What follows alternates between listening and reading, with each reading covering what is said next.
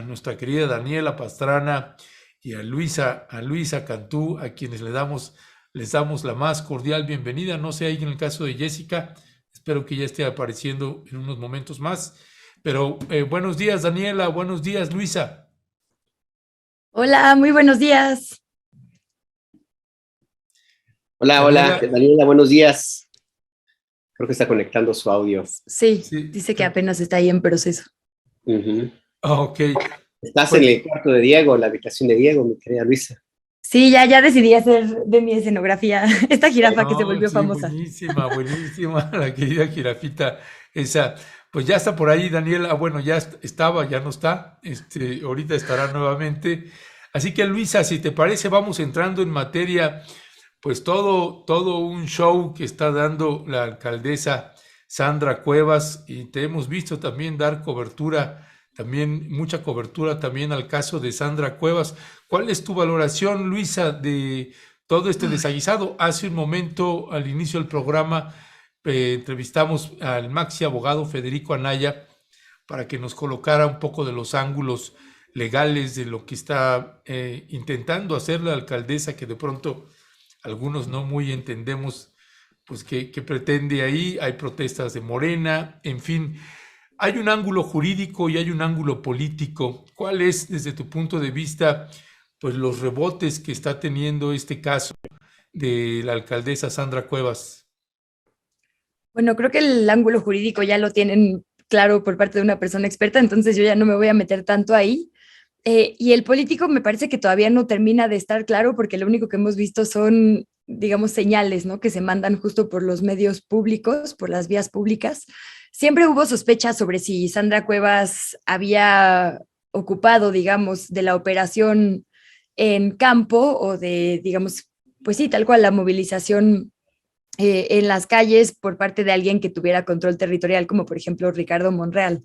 Fue pues bastante raro que alguien como desconocida hasta ahora, sin ningún tipo de trabajo en campo, pudiera ganar una alcaldía tan importante como la Cuauhtémoc.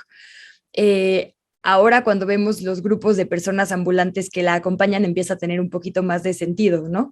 Esta familia Barrios, ligada, perdón, históricamente al PRI, últimamente al PRD, es decir, a los bloques de oposición, pues obviamente ya empieza a tener un poco más de sentido porque sí se necesita ese trabajo para ganar.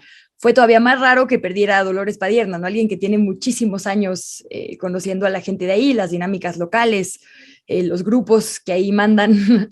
Entonces, pues claro que siempre fue sospechoso que hubiera ganado ella sin ningún tipo de ayuda pues externa, digamos, ¿no? Y ahora que está teniendo este problema legal, esta serie de problemas legales en realidad, porque es más de uno. Uno es si esta acusación por robo y por privación ilegal de la libertad, por este altercado que tuvo con los policías, que además también derivó, digamos, de un intento de pues demostración de fuerza, ¿no? Sobre quién manda, digamos, en las calles importantes, tanto para la alcaldía como para la Ciudad de México. Otra investigación que hay en su contra es por el uso indebido de recursos, por este episodio en el que aventó pelotas con billetes pegados, que creo que eso es lo de menos. Pero bueno, ha sido muy clave qué ha pasado después de estas acusaciones, porque pudieron haber sido procesos administrativos sin mayor problema y se han convertido en declaraciones que nos han dejado ver quiénes son las personas aliadas y digamos quiénes son las personas en ambos bandos de este tema. Y desafortunadamente no todas las personas en el bando de Sandra Cuevas son de la oposición. Sí están y ya llegaron tempranito ahí al reclusorio Mauricio Tabe, Adrián Rubalcaba, veía por ahí también Santiago Tabuada, que son este grupo que justo ha ido como creciendo y apoderándose de la ciudad. Si ustedes recordarán, tanto Adrián Rubalcaba como Santiago Tabuada se conocieron en la Asamblea Legislativa hace 3 periodos. Llegaron ellos como diputados, después han ido como campechaneando entre alcaldías y diputaciones locales, pero son gente que ha ido ganando territorio, digamos, localmente. Es el grupo más fuerte del PAN, el grupo de Jorge Romero, que es este mismo grupo de Mauricio Tabe, que antes era el presidente local del PAN, también fue diputado local por el PAN y por Miguel Hidalgo, ahora es el alcalde, está quien también era, bueno, el punto es que son panistas que han ido cobrando mucho territorio en esta alianza con el priismo de Israel Betanzos, muy cercano a Cuauhtémoc Gutiérrez de la Torre, este priismo de Adrián Rubalcaba, y también el perredismo de quien entonces era el diputado y alcalde de Álvaro Obregón, Leonel Luna, hoy fallecido, y Mauricio Toledo, digamos que es este grupo, digamos, de hombres que se empoderó en alianzas y que fue ganando un territorio en la ciudad, y ahora ellos impulsan a Sandra Cuevas, ¿no? Y la están acompañando y arropando junto con otros personajes federales que ahora están en las alcaldías, como Lía Limón. Entonces, este grupo la arropa, pero también misteriosamente la arropa Ricardo Monreal. Yo no me puedo explicar que alguien con tanta experiencia como Ricardo Monreal haya hecho declaraciones como las que hizo el día de ayer, ¿no? Y las que ha estado haciendo públicamente. No solo hablando bien, digamos, de Sandra Cuevas y demás, sino diciendo que se están usando las autoridades locales para fines personales, ¿no? Y que ya no hay confianza, digamos, en las instituciones. Y eso sí me parece ya un golpeteo político contra Claudia Sheinbaum, evidentemente, y contra Martí Batres. Como que viendo hacia atrás, ha habido pues distintos momentos en los que estos grupos han chocado, los grupos de oposición utilizando algunas mujeres con Claudia Sheinbaum.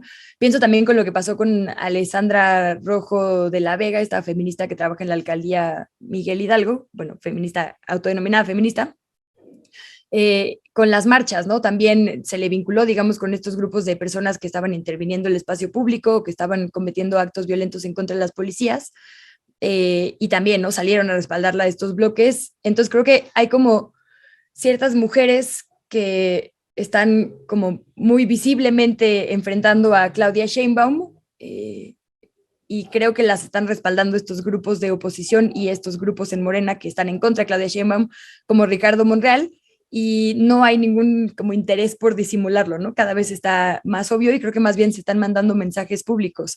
Ahora, es verdad que es inédito que haya un procedimiento como este en contra de una alcaldesa, como es la alcaldesa Sandra Cuevas, pero bueno, también es inédito que en una alcaldía hayan secuestrado a unos policías, ¿no?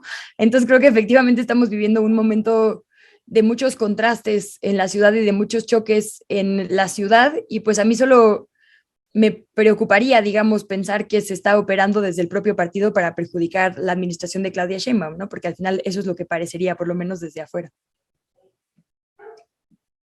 Creo que estás en silencio, querido Ernesto.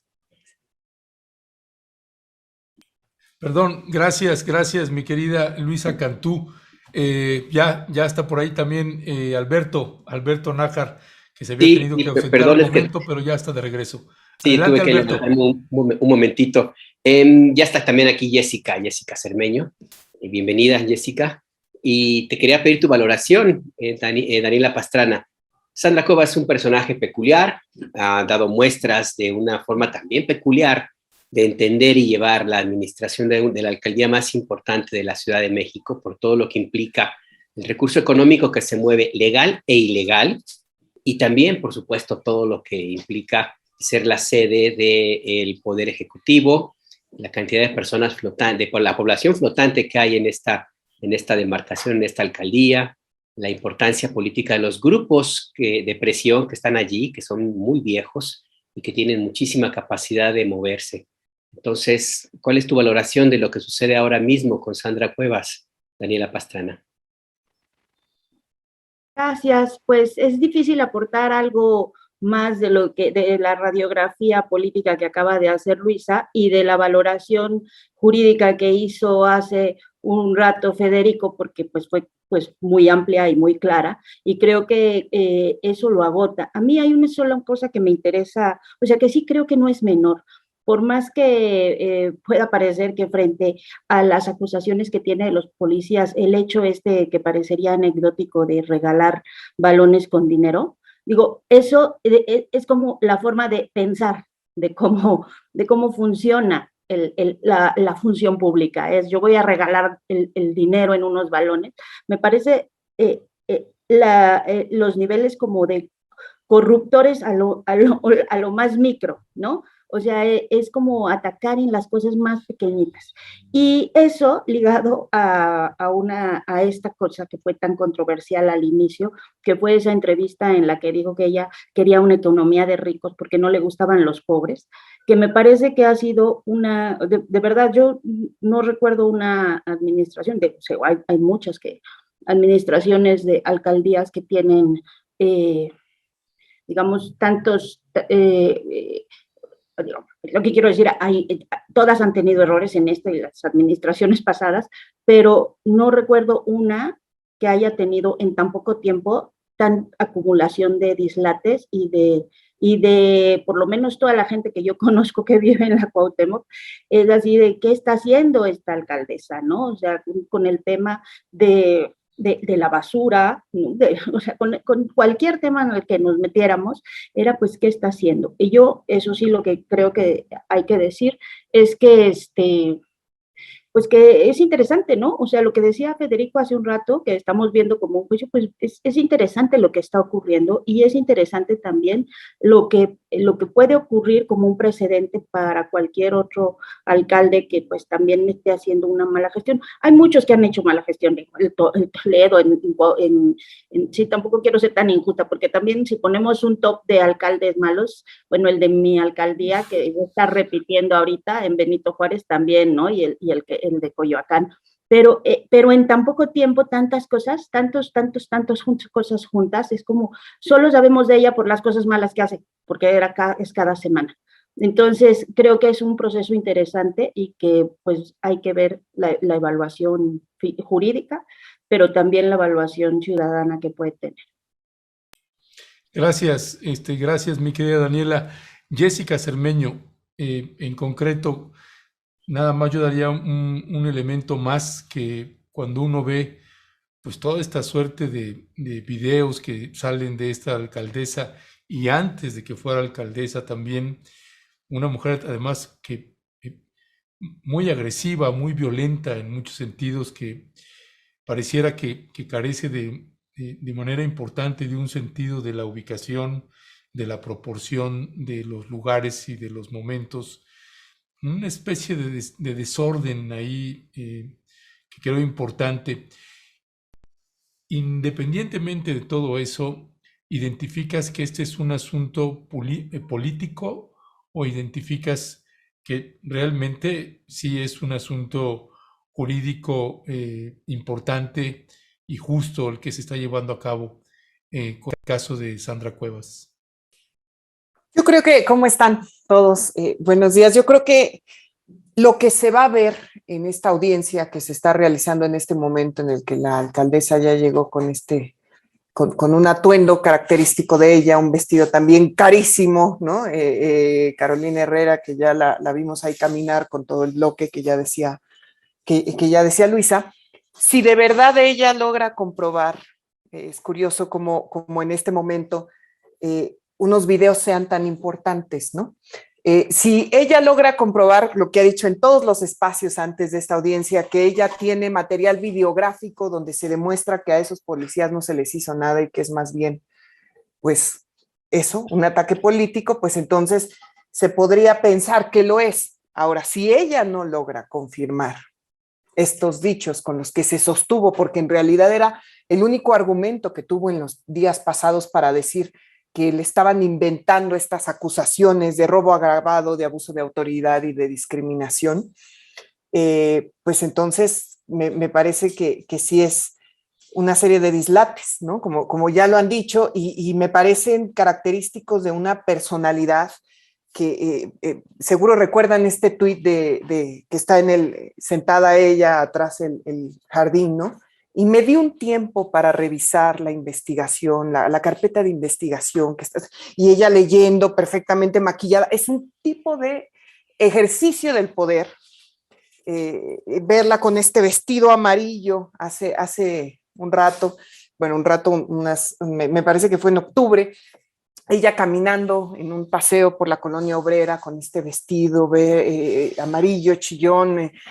Híjole, es un tipo de poder muy específico que desgraciadamente la alcaldía de Cuauhtémoc puede soportar porque existe mucha gente que necesita de alguna manera el apoyo, ¿no? Que no están dentro de la economía formal, que no han encontrado maneras de poder tener ayuda digamos, más directa, ¿no? Y que desgraciadamente están sometidos a este tipo de personajes.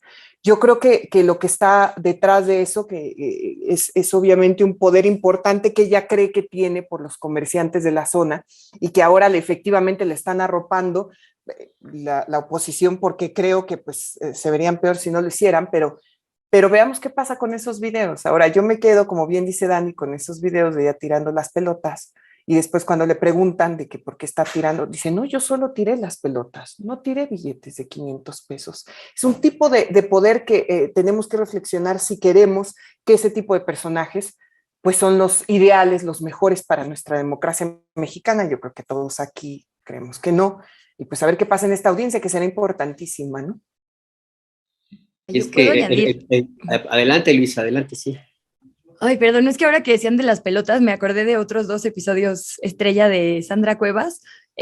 Los premios que ofreció de un cambio de imagen, porque las mujeres que valen obviamente son las mujeres guapas, entonces era como diseño de maquillaje y de imagen para que ahora sí estés empoderada, ¿no?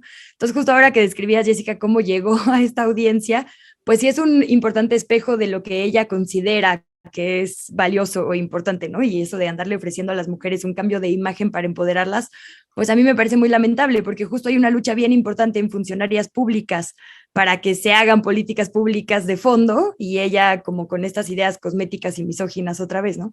Y otro gran episodio de ella fue, ¿se acuerdan cuando presentó su como corredor, no sé, de LEDs luminoso en estas calles cercanas a la glorieta de Insurgentes? Tipo Las Vegas, ¿no? Que quería hacer Tipo Las Vegas. En la zona ahí, rosa. no. También habla de que nunca en su vida se ha parado a platicar con alguien en la zona rosa, porque justo lo que se ha denunciado por parte de la colonia Juárez, ¿no? Vecinas y vecinos de esa zona, es que se les pusieron estos nodos de publicidad. Ven cuando van pasando ahí por el Metrobús que hay estos como nodos, ¿no? Anuncios de publicidad. A cambio de que iban a limpiar de espectaculares toda la zona, ¿no? Se prometió, y eso dice la ley de publicidad exterior, que si pones un nodo para concentrar ahí las cosas, tienes que limpiar varios kilómetros a la redonda, y eso se les prometió a los vecinos y solo les llenaron de más publicidad. Justo, además, enfrente de todas las autoridades, ¿no? Que tendrían que regular eso. Entonces, justo es la demanda de ese sector, de esa colonia, y llegas a decirles, no solo voy a ignorarlas, sino que les voy a poner justo de lo que se están quejando. Entonces, como que son cositas chiquitas, pero muy sintomáticas de quién es esta mujer. Y pensando ahorita justo quién es y por qué es tan raro que esté tan como empoderada si no hay como mucho conocimiento de ella en esa zona territorial. Pensaba ahorita justo en esta agresión con los policías, y luego pensaba en el altercado que tuvo el alcalde Adrián Rubalcaba. Ahorita estaba buscando la fecha, en 2015, porque ven que ha sido igual alcalde, diputado, alcalde, en San Mateo Tlatenango, y también así como que es un grupo al que particularmente les gusta mucho pues la comunicación, digamos, visual, ¿no? Salió ahí en el hospital y con sus golpecitos ahí como sangrando su frente, Adrián Rubalcaba. Y luego pienso en el mitin de Morena en Coyoacán, súper violento, ¿no? Pues al que se acusa, digamos, gente cercana a Mauricio Toledo. Pienso en el golpe a Lía Limón, rarísimo también ahí, ¿no? Porque digo, cualquiera que haya ido alguna vez a cubrir Asamblea Legislativa, yo la cubrí un montón de años, pues sabe que cuando hay, digamos, bloque policial, pues nadie lo cruza, ¿no? Nadie, seas quien seas. Nunca había habido golpes, y digo, ha habido ahí todo tipo de protestas de todo tipo de personas, y nunca había habido golpes hasta que llegó este grupo de alcaldes de oposición, y entonces también, ¿no? Ahí la foto de la sangre. Entonces, como que son alcaldes que pertenecen a un grupo que curiosamente ya lleva varios escenarios, digamos, de violencia. Yo no sé si efectivamente de este lado se está respondiendo más violentamente, pero bueno, este gobierno no estaba en el 2015, cuando ya estaban los golpes de Adrián Rubalcaba y los de Mauricio Toledo, ¿no? En el 18.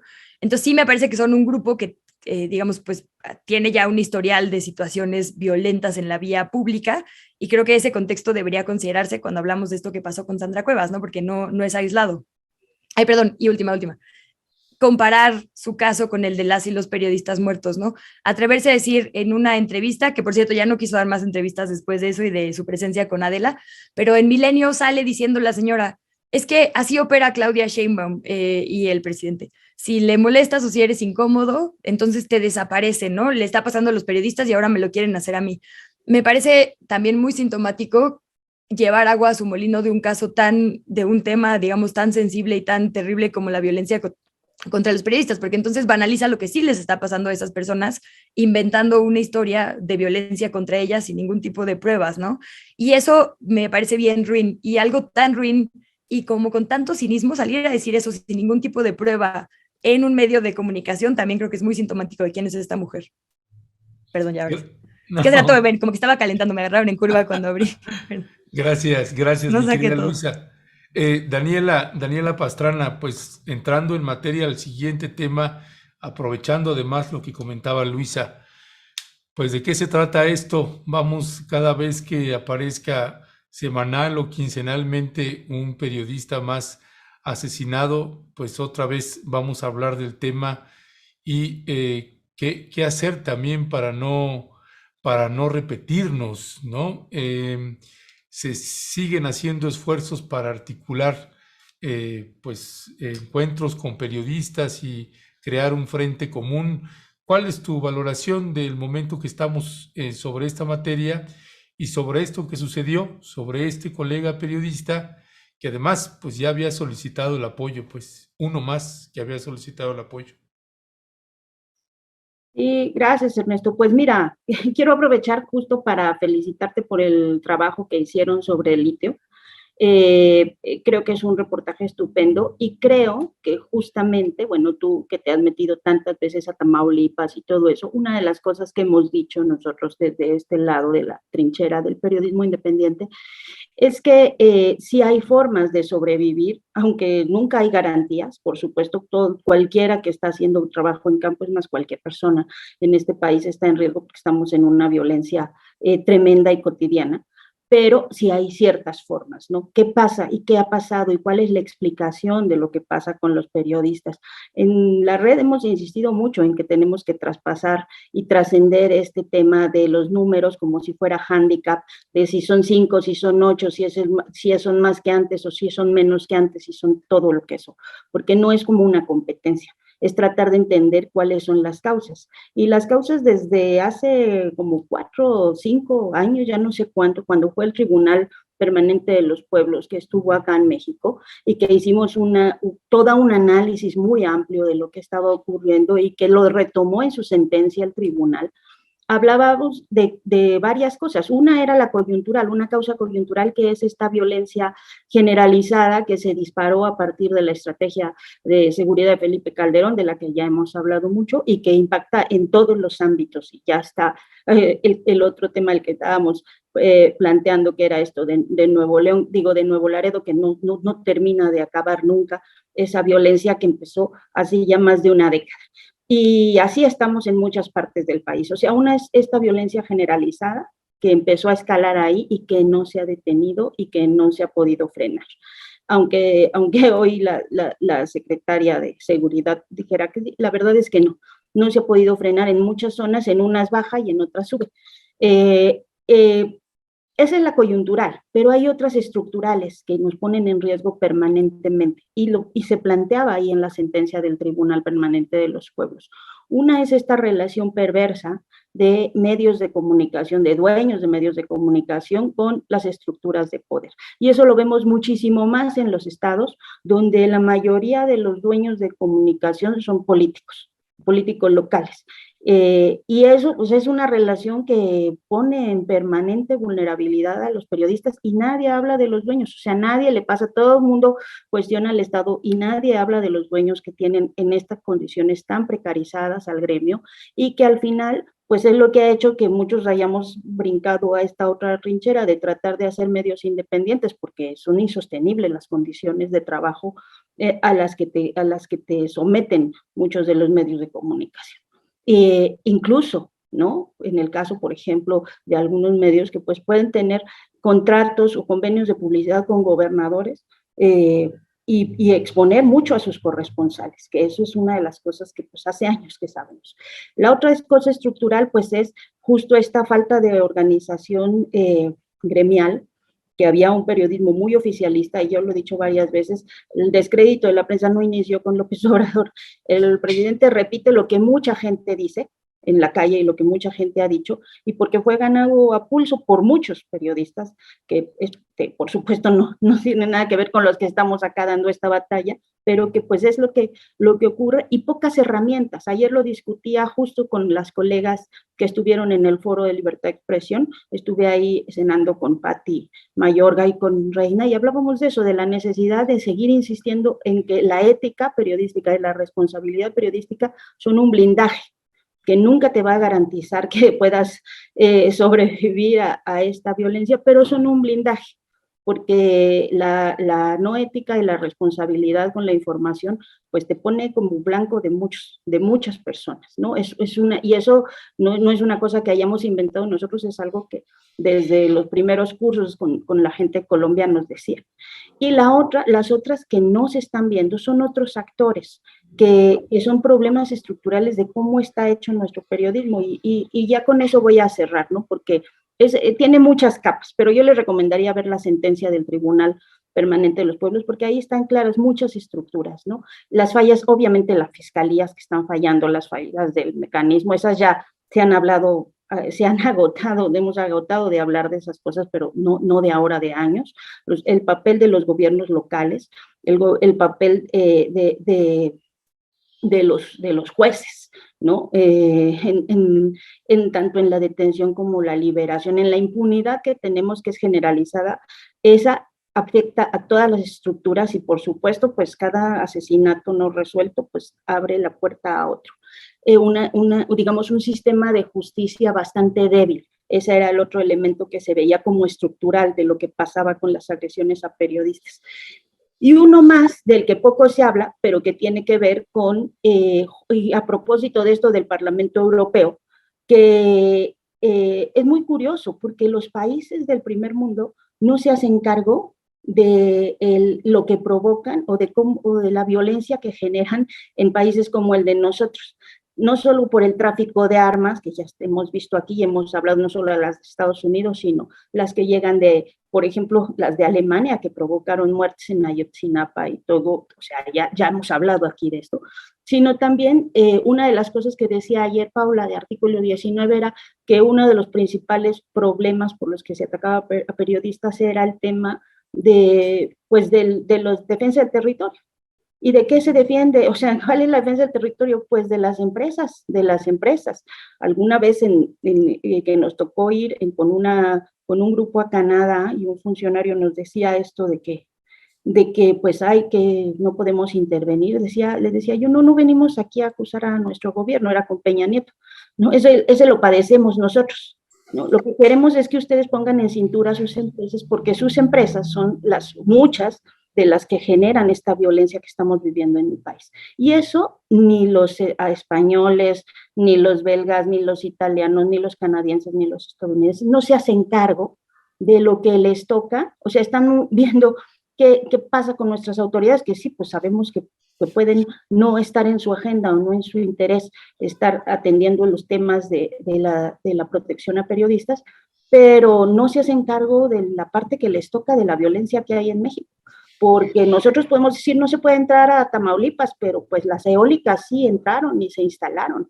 No se puede entrar no sé, a muchos territorios, pero pues ahí están las minas funcionando todos los días. O sea, sí hay quien gana y quien mantiene sus ganancias con esta violencia que estamos viviendo. Entonces, yo sí creo que aquí, pues hay muchas causas estructurales, no nada más la coyuntural, o sea, hay muchas causas que están de fondo en la violencia contra periodistas y que no las vamos a ver si seguimos con los mismos discursos de los últimos 12 años, repitiendo las mismas cosas y haciendo análisis generalizados y no diagnósticos específicos por zonas para saber qué está pasando ahorita, quiénes son los actores que están involucrados en el tema de Michoacán, en el de Baja California y en el del Istmo, que creo que son ahorita los lugares más delicados para los colegas.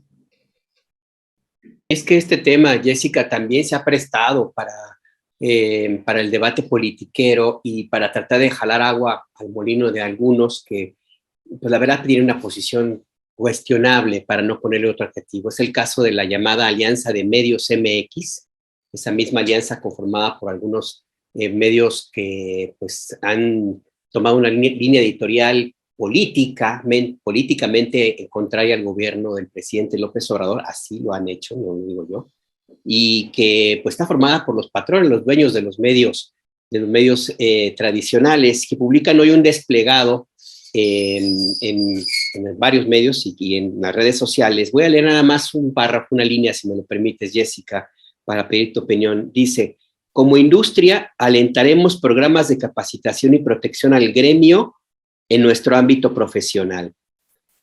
Ni una sola palabra, un solo carácter, nada para hablar, mencionar de algo que también tiene que discutirse abiertamente.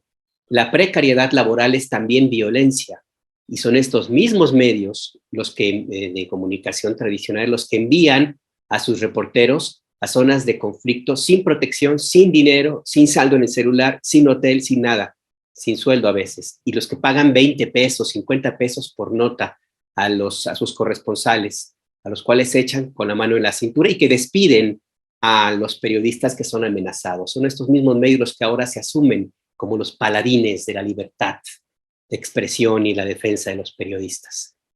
¿Cómo llamarle a esto? ¿Qué piensas tú de este tema, Jessica? Es que el tema de la precariedad laboral cruza todo este tema transversalmente, el de la violencia hacia los periodistas, ¿no? Esos que se enferman, ¿no? Periodistas que se enferman y que después no tienen ni siquiera para pagar alguna operación de emergencia. Las historias las conocemos todos en el gremio, hemos ayudado de alguna manera a otros colegas que no han tenido manera de salir con su simple sueldo. Otro caso, a los periodistas que los obligan a vender publicidad, por ejemplo, que en el ámbito local, o sea, si bien no pasa eso ya tanto en los noticieros nacionales, en el ámbito local el periodista que llega a hacer una historia y después a ofrecerle a su fuente publicidad pasa todos los días. Entonces esas son cosas que definitivamente los dueños se tienen que hacer responsables. Y debo decirles que esta mañana, cuando yo escuchaba la conferencia matutina presidencial, que el subsecretario de Seguridad, Ricardo Mejía, mostró cómo se habían acercado para asesinar antier a Armando Linares ahí en Zitácuaro, Michoacán, me dejó perpleja, porque lo que él menciona es que antes del asesinato hubo 2 personas que iban en moto preguntando dónde vivía Armando, porque querían querían comprar publicidad de su medio y estuvieron preguntando entre la gente, y que por lo que dice el subsecretario iban vestidos pues con un uniforme de fútbol. Entonces sí parecían, digamos, personas que podían estar comprando publicidad de un medio local. Después se fueron y apareció un hombre vestido de traje, ¿no? Que saludó a Armando, tiene ya las autoridades todas las imágenes, y fue él el que le disparó. Entonces te deja ver la facilidad con la que puede acercarse cualquier persona a un periodista y obviamente a cualquier otra persona para asesinarlos, ¿no?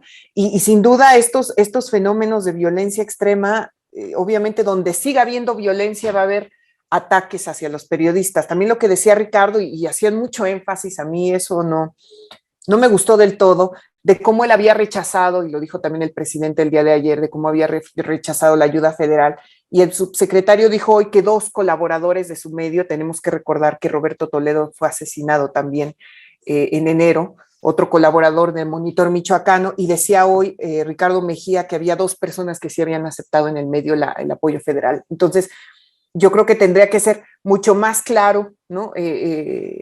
Sí habrá periodistas que necesiten forzosamente salir. Ellos, lo que dijo Ricardo, es que ya estaban fuera desde antes, que quizás si Armando se hubiera tenido, en fin, una serie de cosas que yo veo que en el mecanismo no están claras a veces las reglas, las maneras en las que se ejerce la protección, que creo que sería muy importante que se tomara en cuenta. Y también hay que decir, porque hicieron esta presentación que ya había informado el presidente que se haría el día de hoy de cómo estaban todas las investigaciones, lo que obviamente presentaron, hicieron el resumen de todos los detenidos, retomaron esta sentencia que se aplaude por el homicidio de José Guadalupe Garrido, que fue el año pasado, que fueron sentenciados a 31 años de prisión las dos personas que lo atacaron. Pero esto sigue sin ser, sin duda, la generalidad, ¿no? 3% de sentencias en agresiones a periodistas, en indagatorias así. Y eso a mí me parece que es fundamental que cambie, ¿no? Ya sean agresiones por homicidio, agresiones por cualquier otro tipo, ¿no? Porque si no, vamos a seguir hablando de lo mismo, ¿no? Sí me quedé pasmada, la verdad, la manera tan fácil en la que asesinaron a Armando y cómo se mueve la dinámica criminal en esos lugares, ¿no? Sin duda. Pues sí, y tenemos... Una cosa de eso puedo sí, decir. adelante. Porque eso es importante porque justamente hay muchas, puede haber resultados en términos de que se detiene a los responsables materiales, pero no a los responsables intelectuales, que ese es el gran problema, y por eso digo, hay muchos otros actores que a veces ni siquiera vemos, que ni siquiera estamos enterados, porque no son los que disparan son los quizás los más fáciles de detener, pero ¿cuál es el entramado y quiénes son los actores y quiénes ganan con cada asesinato de periodista y quiénes son los que están afectando en una región o quiénes están necesitando en una región que queden silenciadas esas voces? Eso es lo que todavía no sabemos y eso es lo que falta en las investigaciones, el punto último, ¿quiénes son quién mandó? Ahora sí que diría el presidente, ¿de parte de quién? No nada más es quién apretó el gatillo, quién y quiénes están viendo beneficiados y quiénes están ganando si hay un silencio en ese lugar. En las elecciones, en 2012, en las elecciones en Veracruz, después del asesinato de Regina Martínez y de los 3 fotoreporteros del puerto, hubo elecciones y no hubo un solo corresponsal, no había un solo corresponsal de un medio nacional en esas elecciones, porque todos habían tenido que salir o habían tenido o estaban protegidos por su medio o lo que sea, pero no hubo un solo corresponsal que pudiera cubrir las elecciones. Entonces, pues, siempre hay quienes se benefician, pero para eso se tienen que hacer esos diagnósticos y para eso necesitamos saber quiénes son los actores intelectuales y no nada más quiénes son los actores materiales y tener claro en qué región está pasando y quiénes están beneficiando de ese silencio. Ojo, y nada más digo algo, perdón Luisa, que se me olvidó decir que sobre lo que dijo Dani, que es, por eso a mí me parece desafortunado que ayer el presidente dijera, no hay ningún indicio de que ningún funcionario público esté relacionado. A mí me parece una declaración bastante apresurada, que no tendría que decir, porque por ejemplo en el caso de Armando, por tomar el último caso nada más, él sí había recibido amenazas directamente del fiscal de Michoacán, Adrián López. Entonces hay que ser muy cuidadoso con eso, no querer exculpar rápido así y ya, eso era todo. Bueno, déjenme subirme ahí de una vez, ¿puedo, Ernesto? Adelante. Es que justo en esto que dicen de hay que hacer esos diagnósticos, los ha hecho todo el mundo menos la autoridad, ¿no?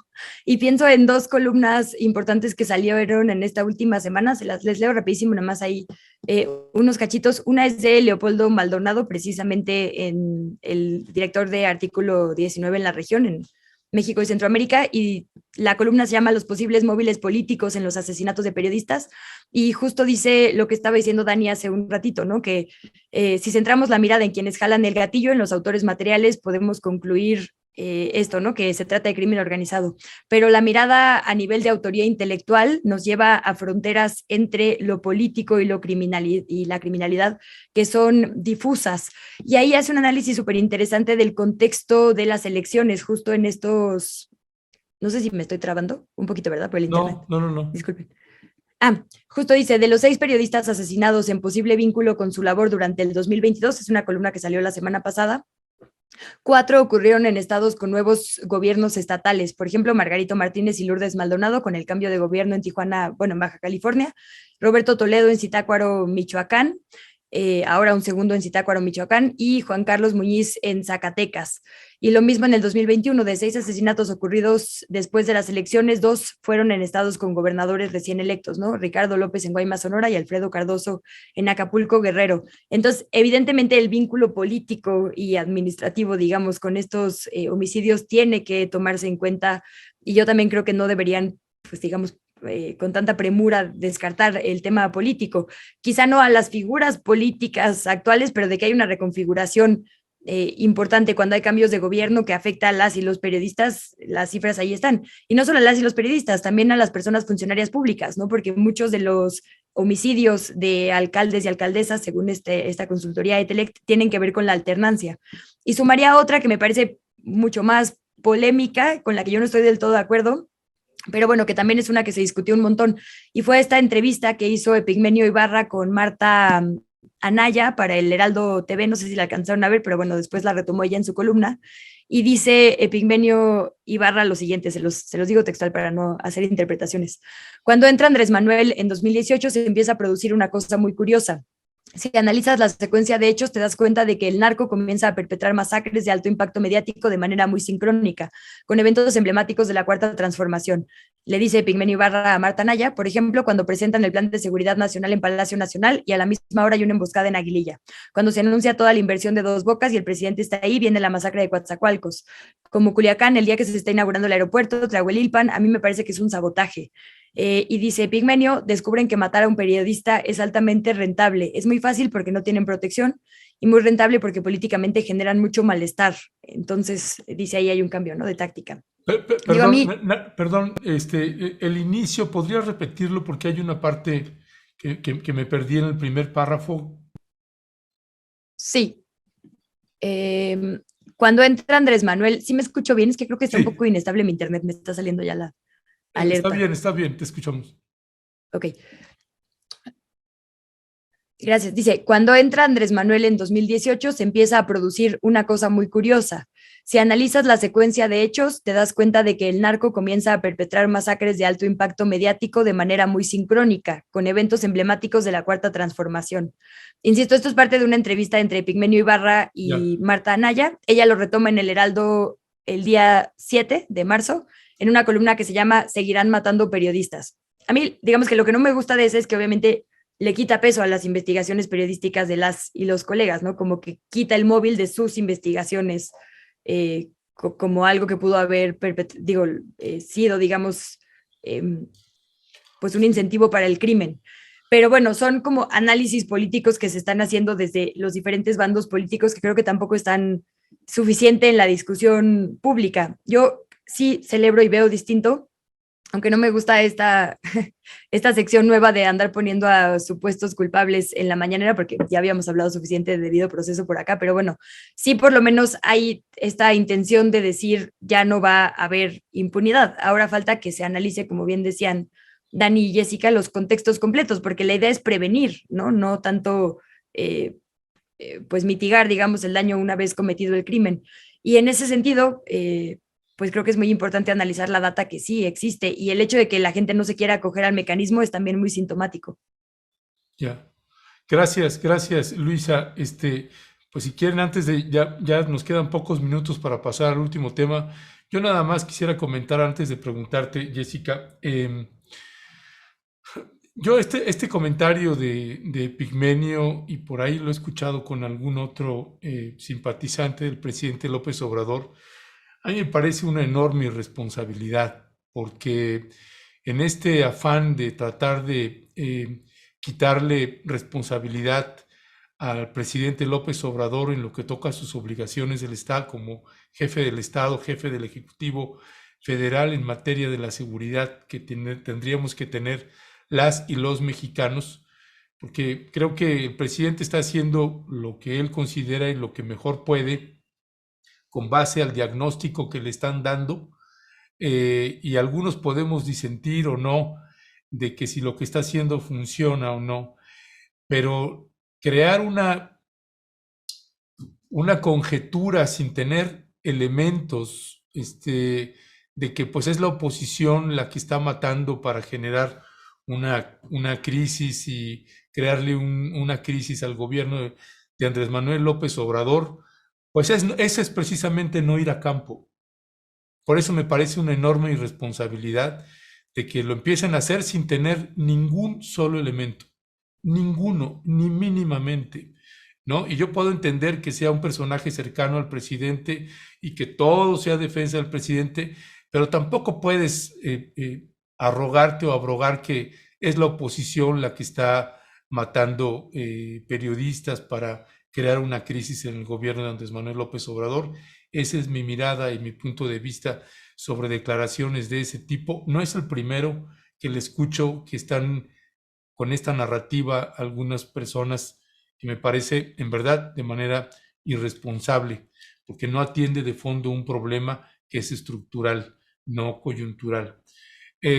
Pasando al tema, mi querida Jessica Cermeño, pues a ti te hemos visto, ahorita, bueno, yo te he visto muy activa de pronto con la situación de algunos colegas allí en Ucrania, te veo de pronto con los migrantes en Tapachula, y ahora con lo de Tamaulipas también, que finalmente no se había hablado, hoy no, bueno, no alcancé a escucharlo en la mañanera, pero bueno, se cerró la frontera. Y la situación de Tamaulipas no es un asunto menor.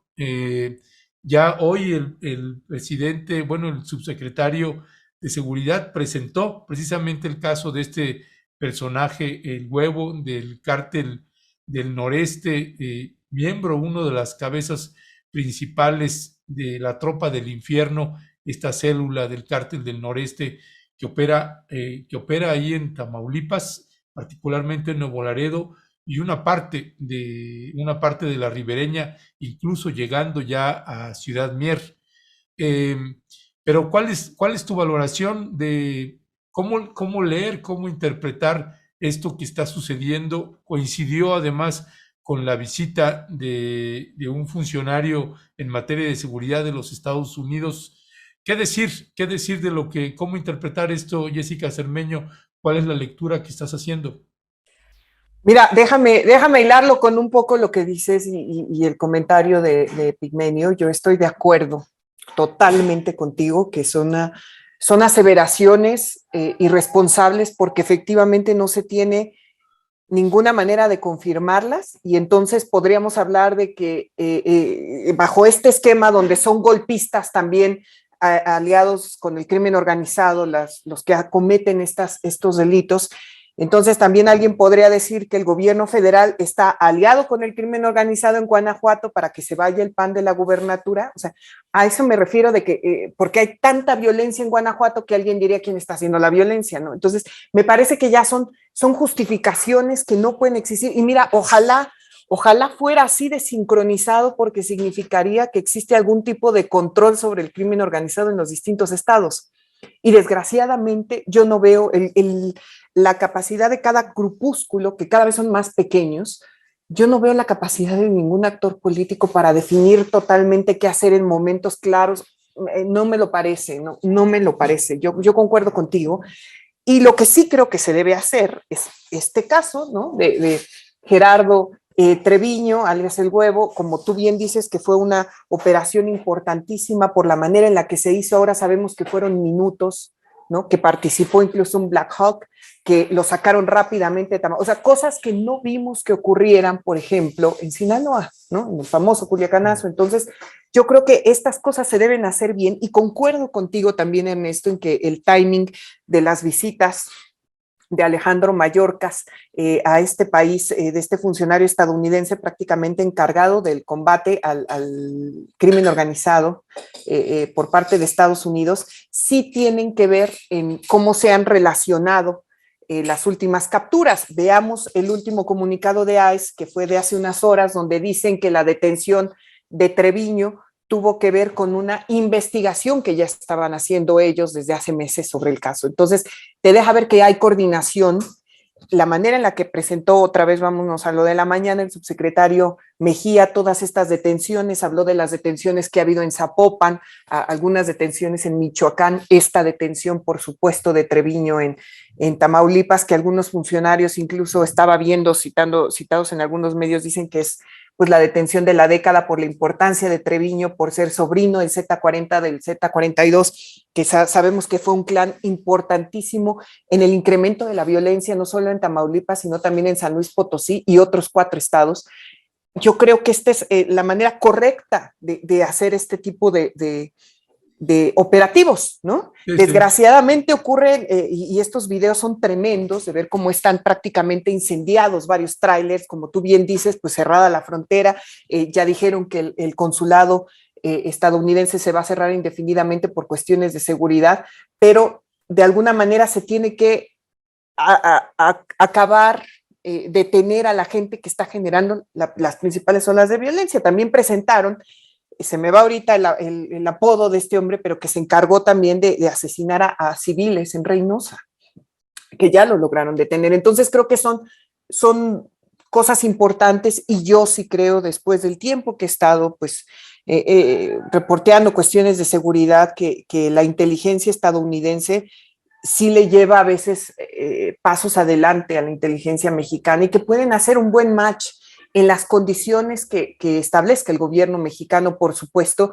pero sí creo que ese es más el camino, en lugar de hacer acusaciones políticas relacionadas con crimen organizado, porque son peligrosas, son complicadas, y vuelvo a repetir que más allá de todo lo que pasa en estos grandes operativos, las cifras de mexicanos desplazados por violencia durante este sexenio se han incrementado fuertemente, y esos son miles y miles de personas que han tenido que irse a solicitar refugio a Tijuana, que se han venido a la Ciudad de México, que están buscando por dónde salirse. Está Zacatecas, está Michoacán, está algunas zonas de Chiapas. Lo que está pasando, no puede ser que haya una veintena de personas detenidas en un pueblo por un concejal, que eso, bueno, ya después podemos platicarlo, pero vamos, que sí yo veo un deterioro fuerte donde la gente se está teniendo que mover de sus casas, y eso pues va más allá del golpeteo político, ¿no? Habrá que revisar esas cifras. Tu micrófono, Alberto. Está encendido, ¿no? ¿Me escuchan? Ya. Ah, vale. Sí, habrá que revisar las cifras de desplazados. La verdad que es un terreno pantanoso. En algún momento Parametría hizo una encuesta, que creo que es la única que se ha hecho una medición más o menos con alguna metodología, y hablaba de entre 300,000 y 500,000 personas desplazadas durante el periodo de este sujeto Calderón Hinojosa. Lo que sí es que clarísimo, es que sí, este fenómeno sigue, se mantiene. Nada más revisar en Tijuana cuántas familias de personajes vinculados al tráfico de drogas tuvieron que huir porque estaban siendo perseguidos por los rivales de sus familiares, y que fueron a dar a albergues de mujeres migrantes, por ejemplo, el de Casa Asunta en Tijuana, y sus historias son realmente fuertísimas. Luisa, ¿cómo ves este tema de Nuevo Laredo, esta situación que ocurre en la frontera de nuevo medio cerrada, de nuevo esta que se considera la joya del comercio exterior entre México y Estados Unidos? No es cualquier cosa, pasa por ahí el 36% del comercio entre México y Estados Unidos, que es una barbaridad de vehículos, de dinero, de mercancía, nada más por ese sitio, y es algo fuerte. Pues. ¿Tú cómo ves este tema? Y justo estas cifras, digamos, de la importancia geográfica ya nos habían dado otros focos rojos. Justo ustedes en pie de página reportaban los 49, me parece, choferes desaparecidos en esa región, el Triángulo de las Bermudas, ¿no? En la carretera Nuevo Laredo. Y a mí eso pues solo me indica que al ser un paso tan importante con Texas y un, digamos, punto tan interesante para los Estados Unidos, yo esperaría, como decía Jessica, una reacción, pues en vez de hacer una invitación para no viajar y cerrar los consulados y las alertas, justo una cooperación de mayor inteligencia, porque claramente uno de los asuntos que hacen tan peligrosa la región tiene que ver con que es un paso hacia Estados Unidos. Entonces, como que evitar eso y hablar de crimen organizado de este lado de la frontera es pues un despropósito. No se puede analizar el tema sin que sea integral, junto con la importancia de Estados Unidos y pues el interés, digamos, en llegar a esa nación en estos lugares. Yo no quisiera hablar como mucho de crimen organizado porque no es mi expertise, no tengo tan clara esa parte, pero sí creo que, digamos, el contexto es uno que nos dice que se está considerando todo este contexto. El tema de la demanda de armas de México contra Estados Unidos, de la que justo daba cuenta el canciller ayer o antier, que va por buen camino, que justo se está tratando de que ya no se pues escuden las armerías estadounidenses en estas leyes que les protegen, digamos, fuera de sus fronteras, y de que se considere justo a las armas del tráfico de armas y la porosidad de las fronteras como un asunto que genera violencia específicamente en estas zonas, me parece muy importante. Y bueno, estos operativos de inteligencia, pues yo sí preguntaría, y la verdad no es una pregunta mía, sino una que vi justo como en el imaginario colectivo, por qué algunas veces salen bien y otras veces no salen bien, y ponían ahí el ejemplo del famoso Culiacanazo. Pues son, la verdad, preguntas que yo también tengo, ¿no? Mucho más que respuestas, pero quizá ahí Jessy o alguien que conozca mucho mejor la zona sí tendrá luz, porque digamos, en algunas ocasiones la autoridad logra tener inteligencia suficiente a pesar de que ambos sean objetivos de muy alto nivel, y en otras no. Y también, pues quisiera yo entender, y lo pongo ahí sobre la mesa, como también el uso de redes sociales, porque creo que también es curioso, digamos, cómo estos videos de incendios, de tráileres, de como escenas muy apocalípticas empiezan a recorrer rápidamente la web, ¿no? Me parece que obviamente son porque son escandalizantes, pero también creo que ya ha sido un mecanismo que se ha usado para que nos obligue a voltear a ver ahí, digamos, y que se hable de estas zonas como grises.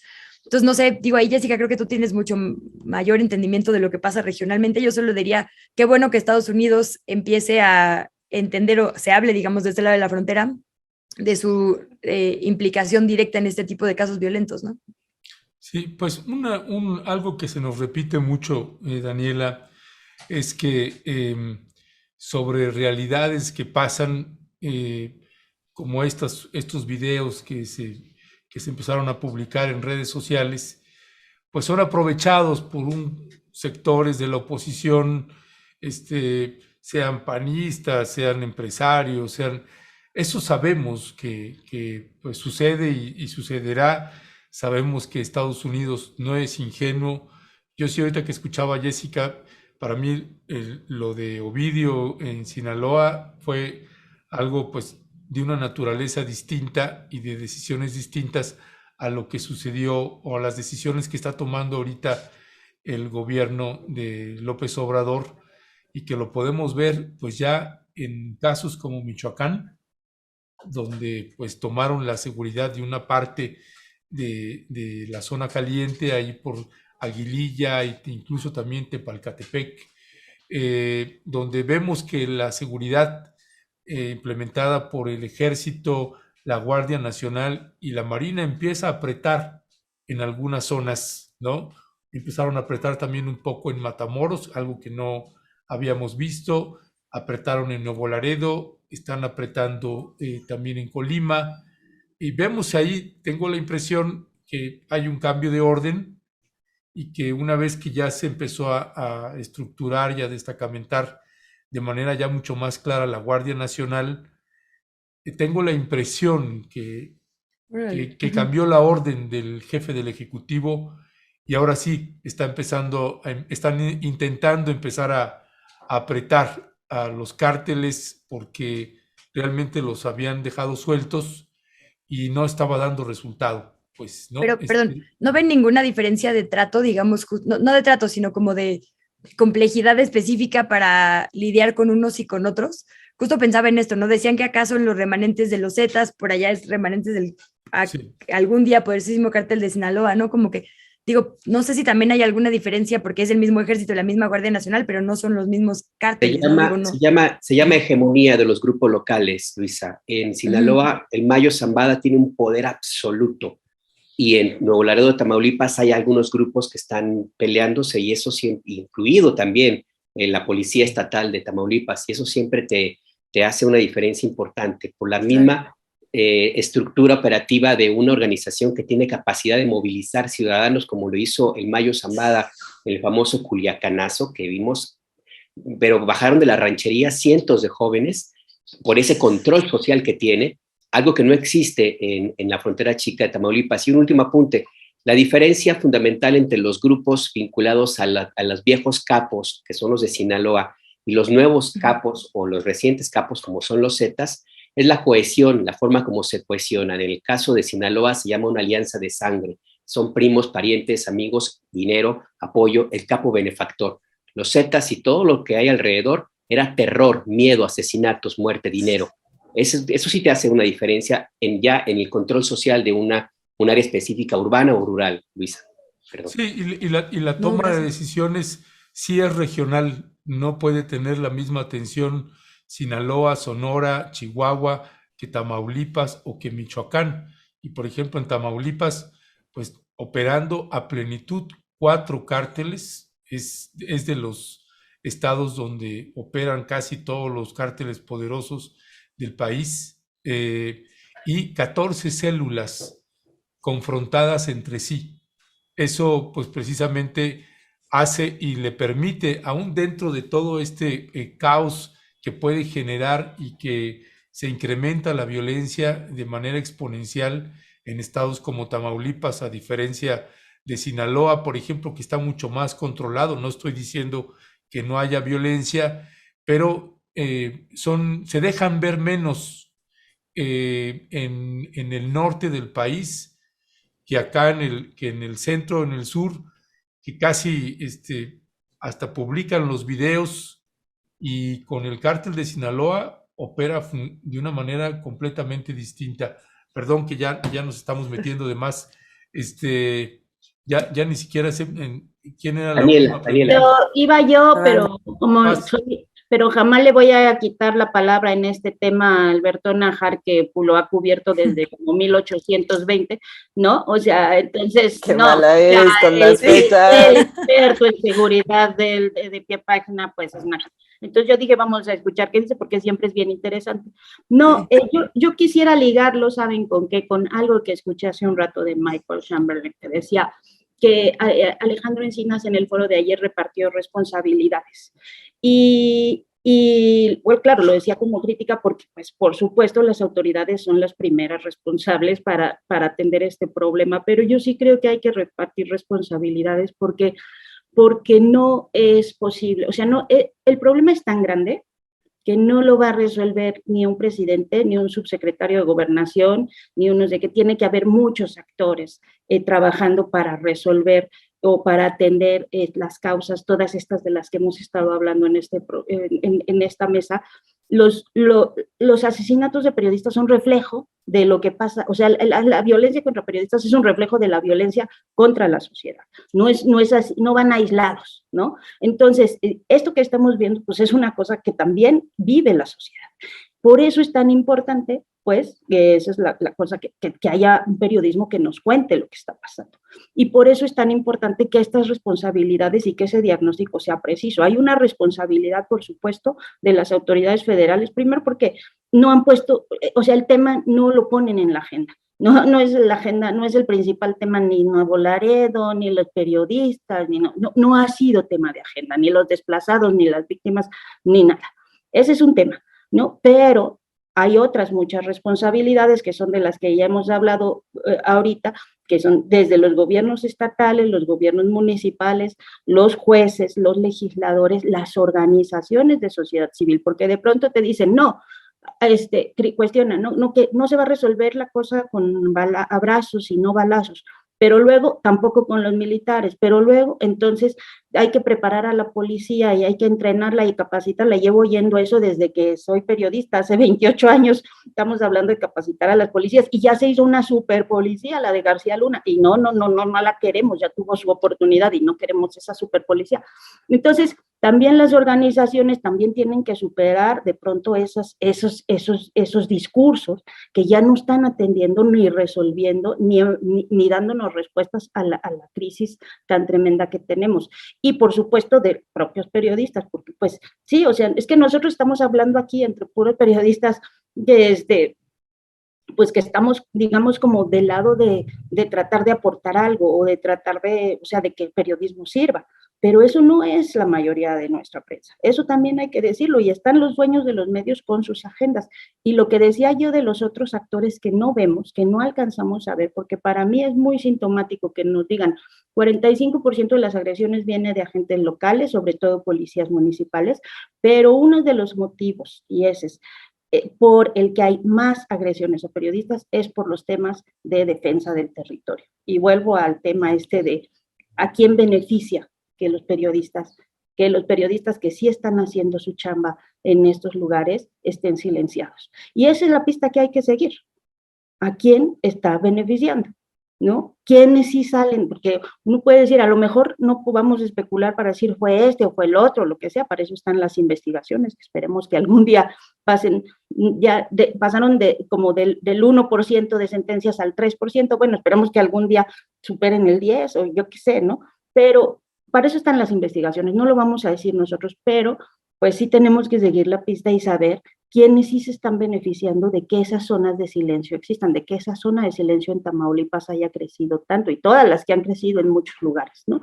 Porque ese es un reflejo de lo que está pasando en ese lugar. O sea, la prensa está callada, no sabemos nada, cuidado con Nayarit, con Aguascalientes, porque es que cuando no sabemos nada de un lugar, es porque justamente pues está un nivel de control tan grande que no podemos saber qué está pasando, ¿no? No que no esté pasando nada, porque claro, esta violencia y estas cosas estas cosas se infiltraron tanto en todas las, digamos, en todos los niveles de las estructuras del país, que lo tenemos por todos lados, brota por todos lados. Nosotros lo dijimos 1000 veces, nosotras no queríamos cubrir temas de seguridad ni estar en Tamaulipas, nada más es que cualquier cosa que cubríamos nos topaba el crimen, alguna de sus 19 formas del crimen organizado nos cruzaba.